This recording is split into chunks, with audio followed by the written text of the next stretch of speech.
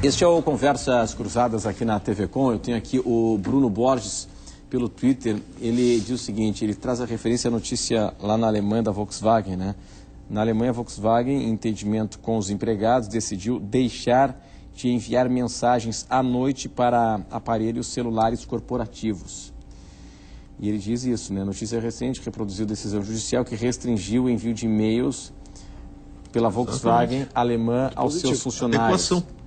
Em seus Blackberries, telefones fornecidos pela empresa, devem receber e-mails apenas durante o expediente e 30 minutos antes ou depois. Aqui já há alguma orientação? Não, ainda não.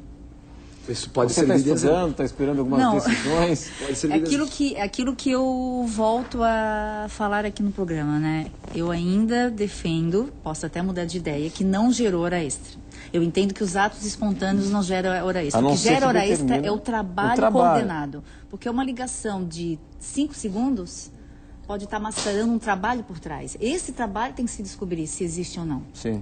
Então, esse é o meu ponto de vista. E esse controle da Volkswagen, apesar que nós estamos falando agora do Brasil, eu entendo que, por enquanto, eu não vejo necessidade desse tipo de precaução. Tá. Aqui, a sugestão... O caso das secretárias que cuidam das agendas 24 horas de empresários, políticos, autoridades e tal. Essa que é a questão, ou seja, extrapola a sua jornada de trabalho na hora de estar com a sua família, com o seu marido, cuidando dos seus filhos, na hora do lazer, na verdade tem que estar antenado para a questão das suas tarefas de trabalho. O que é muito comum, por exemplo, pode acontecer fora do expediente, um executivo liga para a secretária e diz, remarca o meu voo. Sim, mas aí nós estamos voltando àquele assunto que eu falei. Há um comando, há uma tarefa. Aí é possível fazer a função. O mero agendamento de 1 segundo, 15, o que está por trás é a tarefa. É isso que eu estou falando. Se tem tarefa, aí tem que pagar o empregado. Exatamente. Me parece que a lei veio num bom momento, porque já era um momento realmente do direito de se ocupar desse tipo de coisa, porque... Com a evolução das tecnologias, cada vez mais as pessoas estão conectadas e com dificuldade de se desconectar, de se desligar do trabalho. Então, era justamente o momento a gente abrir esse debate e discutir, né? Aí surgem essas dúvidas. O e-mail, uma ligação, precisa de uma tarefa, assim por diante. Aí, desse debate, dessa discussão, é que a gente vai conseguir construir um entendimento adequado, tendo em vista todos os interesses, tendo em vista o interesse empresarial, que é a questão do custo do trabalho, e tendo em vista o interesse do trabalhador e principalmente o interesse da sociedade, que tipo de sociedade que a gente quer construir, né? Essa decisão aí, esse exemplo da Alemanha me parece interessante. Porque se chegou a ter uma decisão judicial delimitando os horários em que os e-mails poderiam ser enviados, é porque certamente havia trabalho efetivo fora do horário de expediente. Pois aqui o ouvinte aqui, o telespectador fala em decisão judicial, mas na reportagem que eu tenho do Diário Catarinense fala em entendimento. Foi um acordo, né? Um acordo, sindicato, empresa, claro, e chegar a esse acordo. Entendimento. Mas justamente porque havia provavelmente uma habitualidade de vozes de comando para que esses empregados fora do ambiente de trabalho recebessem ordens. Por isso que no nosso entendimento, Renato, a partir dessa legislação, que é um passo importante, nós vamos ter vários casos na livre negociação, não é? E que já dependendo do segmento. Dependendo do segmento, que vão regulamentar para trazer a segurança jurídica. Acordo, né? A segurança para o empregador e a tranquilidade para o trabalhador. Aí, no caso, é a realidade que provoca uma mudança da lei. Exatamente. Eu queria ressaltar que o TST, em maio agora de 2011, ele já tinha editado uma nova súmula, que provavelmente agora pode ser que aconteça uma alteração, em que o próprio TST, na súmula 428, diz que o uso de celulares, bips, não seria, digamos, carteirização, digamos assim, de forma direta de sobreaviso. Então, já havia uma modernização do próprio TST nesse sentido de um afastamento. O próprio presidente do TST, numa entrevista recente, já reconheceu que o TST vai ter que se readequar, porque a nova lei de 15 de dezembro já mudou. Claro. O TST vai ter que estudar e, segundo ele, vai passar para os ministros para estudar essa matéria. O senhor vê uma necessidade de avanço na legislação trabalhista de uma forma geral?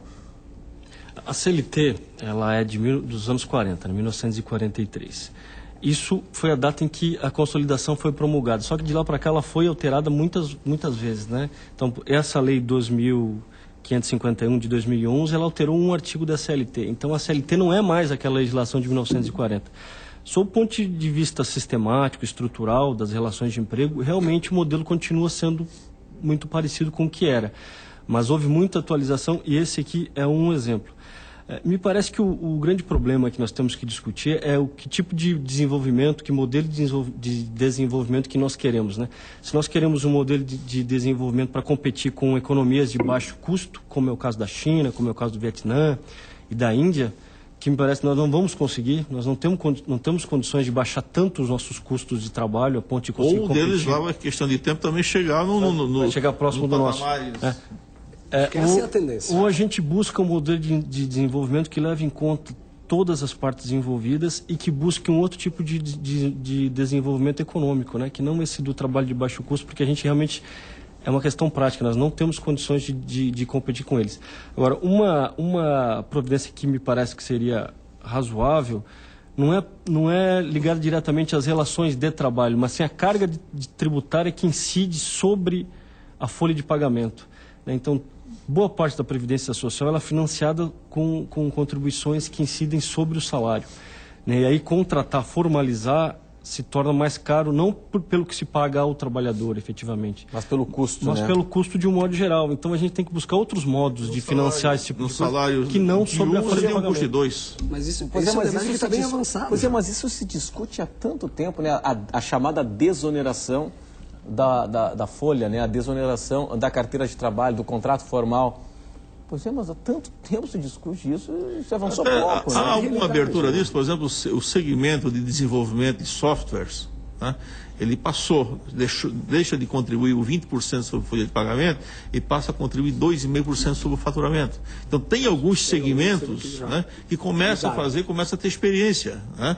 Você veja o caso do Simples Nacional, que começou em 2004 com determinadas faixas e segmentos. Em 2007 foi aprimorado, em 2008 foi aprimorado e este ano novamente. E a arrecadação crescendo. Bom, antes do encerramento, essa história aí da lei vai dar encrenca? Com certeza. Com certeza, porque já há grandes entendimentos que foi um dos motivos do nosso debate de geração de hora extra.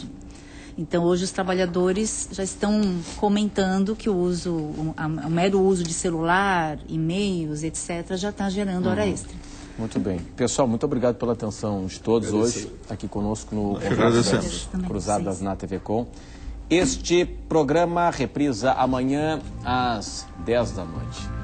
Por falar em amanhã, 10 da manhã, né? 10 da noite temos... 10h30 nós temos o Conversas de Sábado na TV Com. Então, Conversas Cruzadas, este programa reprisa amanhã 10 da manhã. E amanhã a gente tem o Conversas de Sábado às 10h30 da noite. Tá certo? Bom final de semana. Tchau.